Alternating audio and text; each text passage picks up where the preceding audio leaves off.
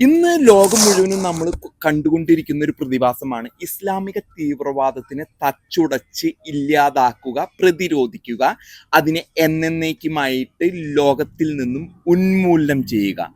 എല്ലാ തരത്തിലുള്ള തീവ്രവാദ പ്രവർത്തനങ്ങളെയും ഉന്മൂലനം ചെയ്ത് ഇല്ലാതാക്കുന്നതാണ് കണ്ടുകൊണ്ടിരിക്കുന്നത്.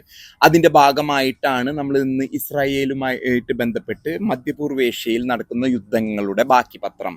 അതിന് ഇത്ര നാളും നേതൃത്വം കൊടുത്തിരുന്ന ഇറാൻ സ്വന്തം തടി കേടാക്കാതെ ഇതിൽ നിന്നും രക്ഷപ്പെട്ടിരിക്കുന്നു. ഇറാനിൽ പുതിയ പ്രസിഡന്റ് വന്നിരിക്കുന്നു. ഇബ്രാഹിം റൈസിയെ ഹെലികോപ്റ്റർ അപകടത്തിൽ വധിച്ചതിന് ശേഷം ഹമാസ് നേതാക്കന്മാർ ഇസ്മയിൽ ഹനിയ അദ്ദേഹത്തെ വധിച്ചത് ഇപ്പൊ ഇറാൻ തന്നെയാണെന്നാണ് പറയുന്നത്. കാരണം അദ്ദേഹം സുന്നിയായിരുന്നതിന്റെ പേരില്. ഒപ്പം തന്നെ ഹൂത്തി, ഹമാസ്, ഹെസ്ബുള്ള ഒക്കെ തീർന്ന് സിറിയ, ലെബനൻ ഒക്കെ വിടുതൽ നൽകിയിരിക്കുകയാണ്. വിടുതൽ നൽകി പുതിയ നേതൃത്വം. ഇപ്പൊ ജോസഫ് ഔൺ എന്നൊക്കെ പറഞ്ഞ പ്രസിഡന്റ്, ഒരു ക്രിസ്ത്യൻ പ്രസിഡന്റാണ് ലെബനനിൽ അധികാരത്തിൽ വരുന്നത്. മുൻകാലങ്ങളിൽ ഇസ്ലാമിക തീവ്രവാദം വഴി ഏറ്റവും ദുരിതം അനുഭവിച്ച സ്ഥലമാണ് ലെബനൻ. അതുപോലെ തന്നെ സിറിയയിലെ ബാഷർ അൽ അസദിനെ ഓടിച്ചു, മോസ്കോയിലേക്ക് ഒളിച്ചോടിപ്പോയി. ഇപ്പൊ നമ്മൾ കാണുന്നത് ഇസ്രായേൽ അതിന്റെ പരമാധികാരത്തിലേക്ക് ആ ഭൂപ്രദേശം മുഴുവനും പിടിച്ചെടുക്കാവുന്ന സ്ഥിതിയിലേക്കാണ് കാര്യങ്ങൾ എത്തിയിരിക്കുന്നത്. അതോടൊപ്പം തന്നെ ഇനി മുതൽ അത് മുളച്ചു വരാത്ത രീതിയിൽ ഈ കഴിഞ്ഞ ദിവസം നടത്തിയിരുന്ന വെടിനിർത്തൽ ഉൾപ്പെടെ ഹമാസിന്റെയും പരിപാടി തീർക്കും. കാരണം 100 ബന്ദികൾ എങ്ങോട്ട് കിട്ടിക്കഴിഞ്ഞാൽ അതും കൂടി ഒടച്ച് ഫ്ലാറ്റ് ആക്കുന്ന രീതിയിലാണ് കാര്യങ്ങൾ പോകുന്നത്. ഈ സാഹചര്യത്തിൽ നമ്മൾ ഇരുന്ന് ചിന്തിക്കേണ്ടത് ഇന്ത്യയുടെ സ്ഥിതിവിശേഷമാണ്. നമ്മുടെ ഇന്ത്യയിലും പലതരത്തിലുള്ള ക്ഷേത്രങ്ങൾ, ശിവക്ഷേത്രം, സംബാല്, അതല്ലെങ്കിൽ ഗ്യാൻവാപ്പി പോലെയുള്ള ക്ഷേത്രങ്ങൾ, മധുരം, അങ്ങനെയുള്ള പല ക്ഷേത്രങ്ങളും ഇസ്ലാമിക തീവ്രവാദ കാലത്ത് അവര് ബലം പ്രയോഗിച്ച് ഇന്ത്യയിൽ നിന്നും പിടിച്ചെടുത്ത ചരിത്ര സ്മാരകങ്ങളുണ്ട്.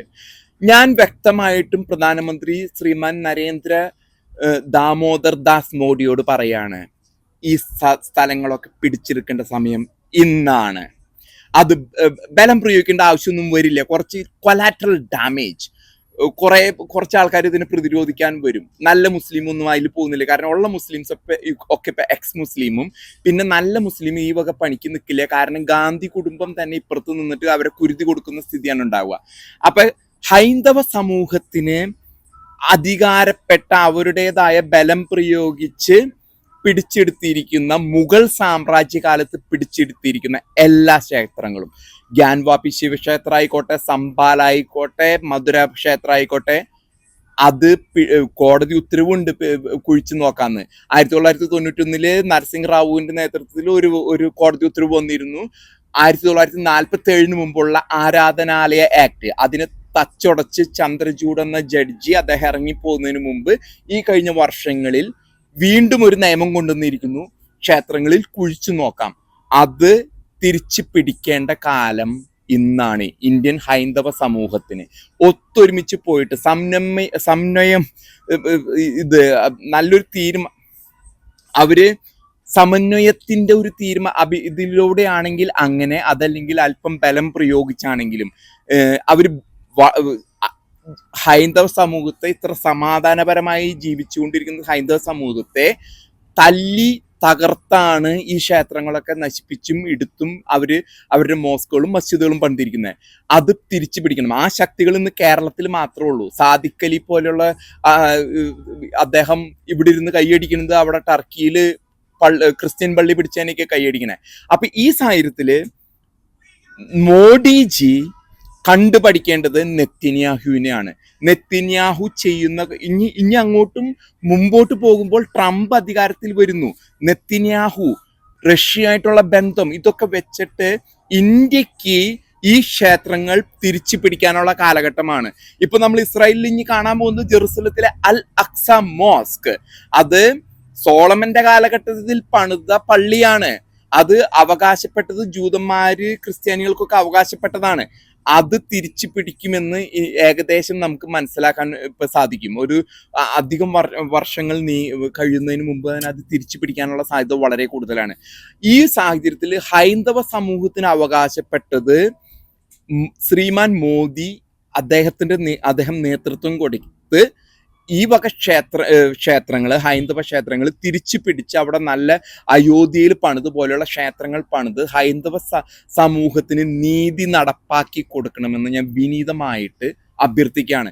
അത് ഹൈന്ദവ സമൂഹം എന്ന് പറയുന്നത് സമാധാനപരമായിട്ട് മുന്നോട്ട് പോകുന്ന ഒരു സമൂഹമാണ്. ലോകം മുഴുവനും അവര് ഇന്ന് യാത്ര ചെയ്യുന്ന യൂറോപ്പിലും അമേരിക്കയിലും ഓസ്ട്രേലിയയിലും എല്ലായിടത്തും അവരുടേതായ പ്രസൻസ് ഉണ്ട്. അപ്പൊ ഈ ഒരു സാഹചര്യത്തില് ഇന്ത്യയില്, ഉത്ഭവ കേന്ദ്രമായ ഇന്ത്യയില് യോഗി ആദിത്യനാഥ് ആണോ, അമിത്ഷായാണോ, അങ്ങനെയുള്ള ഇപ്പൊ അതുമായിട്ട് ചേർന്ന് പോരാവുന്ന ഒരു പറ്റം വലിയ സമൂഹമുണ്ട്. പാർട്ടി വേറെ ആയിരിക്കും, കോൺഗ്രസിലായിരിക്കും. എന്നിരുന്നാലും അവരുമായിട്ട് ചർച്ചകൾ നടത്തി ഈ വക ക്ഷേത്രങ്ങൾ തിരിച്ചു പിടിക്കാനുള്ള സമയം ഇതാണ്. ഇന്ത്യയിലെ സമയം ഇതാണെന്ന് ഞാൻ ഈ വീഡിയോയിലൂടെ വിനീതമായിട്ട് നിങ്ങളോട് അഭ്യർത്ഥിക്കുകയാണ്. BJP നേതൃത്വവും ഹൈന്ദവ സമൂഹവും ഒപ്പം തന്നെ ഇന്ത്യൻ സമൂഹവും ഒത്തൊരുമിച്ചുകൊണ്ട് ഈ പ്രവൃത്തിക്ക് തുടക്കം കുറിക്കണം. അത് സംബാലിൽ നിന്നോ അതോ ഗ്യാൻവാപ്പി ശിവക്ഷേത്രത്തിൽ നിന്നോ എങ്ങനെയാണെങ്കിലും തുടക്കം കുറിച്ച് പിടിച്ചെടുക്കേണ്ട സമയം ഇതാണ്.